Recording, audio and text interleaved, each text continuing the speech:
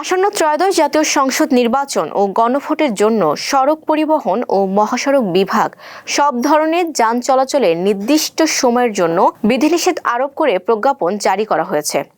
প্রজ্ঞাপনে বলা হয়েছে, নির্বাচন ও গণভোট উপলক্ষে 11 ফেব্রুয়ারি মধ্যরাত 12টা থেকে 12 ফেব্রুয়ারি মধ্যরাত 12টা পর্যন্ত ট্যাক্সি, ক্যাব, পিকআপ, মাইক্রোবাস ও ট্রাক চলাচলের উপর নিষেধাজ্ঞা আরোপ করা হয়েছে। একই সঙ্গে 10 ফেব্রুয়ারি মধ্যরাত 12টা থেকে 13 ফেব্রুয়ারি মধ্যরাত পর্যন্ত মোটরসাইকেলের চলাচলও সীমিত থাকবে।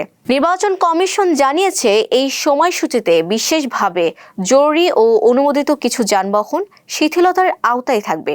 এতে আইনশৃঙ্খলা রক্ষাকারী বাহিনী, জরুরি সেবা, ঔষধ ও চিকিৎসা সরবরাহকারী যানবাহন, সংবাদপত্র পরিবহনকারী গাড়ি, বিমানবন্দর যাতায়াত, নির্বাচনী এজেন্ট ও সাংবাদিকদের গাড়ি, নির্বাচনী কাজে নিয়োজিত কর্মকর্তা কর্মচারী এবং টেলিযোগাযোগ সেবা নিশ্চিতকারী যানবাহন অন্তর্ভুক্ত থাকবে। প্রজ্ঞাপনে আরও উল্লেখ করা হয়েছে, জাতীয় মহাসড়ক, বন্দর, গুরুত্বপূর্ণ সংযোগ সড়ক ও প্রধান রাস্তার ক্ষেত্রে প্রয়োজনে জেলা ম্যাজিস্ট্রেট ও মেট্রোপলিটন পুলিশ কমিশনারদের নির্দেশে নিষেধাজ্ঞা শিথিল বা প্রয়োগ করা যাবে।